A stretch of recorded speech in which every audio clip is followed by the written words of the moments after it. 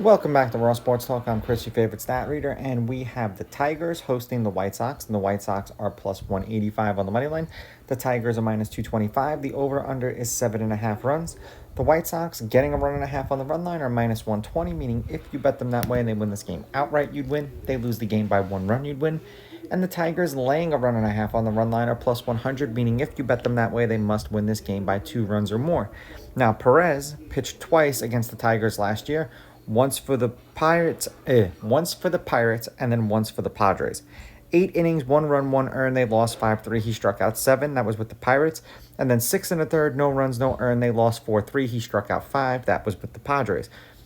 Job did not pitch against the White Sox last year or this year. And Perez is one of those dudes that for the past few seasons, I usually keep my eye on him. He's streaky.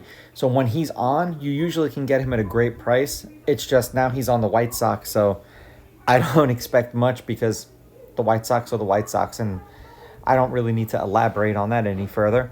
Lineups for tomorrow's game are supposed to be, for the White Sox, Maton, Robert, Vaughn, Benintendi, Vargas, Sosa, Baldwin, Slater, and Lee. Then when we flip it over to the Tigers, it's supposed to be Ibanez, Malloy, Green, Torkelson, Margot, Keith, Baez, Rogers, and Kreidler.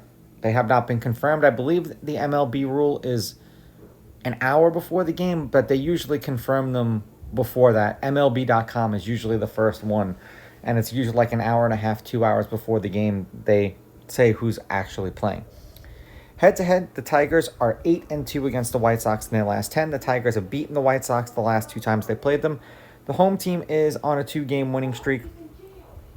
The road team is 6-4. The favorites won the last 2 games they played against each other. The favorite is both 8-2 on the money line and 8-2 on the run line, meaning when they win by multiple runs.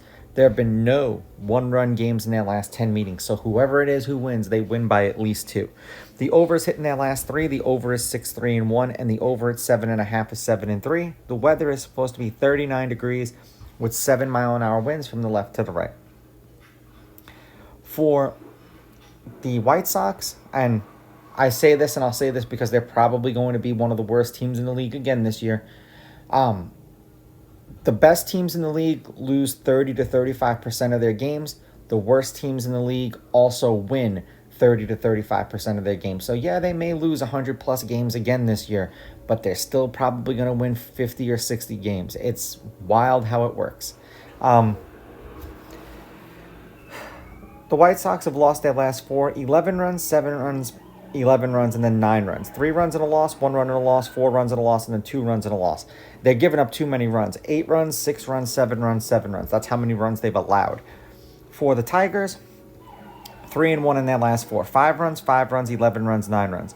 4 runs and a win, 2 runs and a loss, and then back-to-back games that they put up 7. I'm going to take the Tigers with the money line. I'll take the Tigers laying the runs, and I'm going to go over. It doesn't necessarily have to happen when Perez is in the game. They'll go to the bullpen, and if you've listened to some of these videos, the pitcher goes 7 innings, they go to the bullpen, and then 10 runs happen. It happens all the time in baseball. These are just my picks. If you disagree, please go with your gut, and please bet responsibly.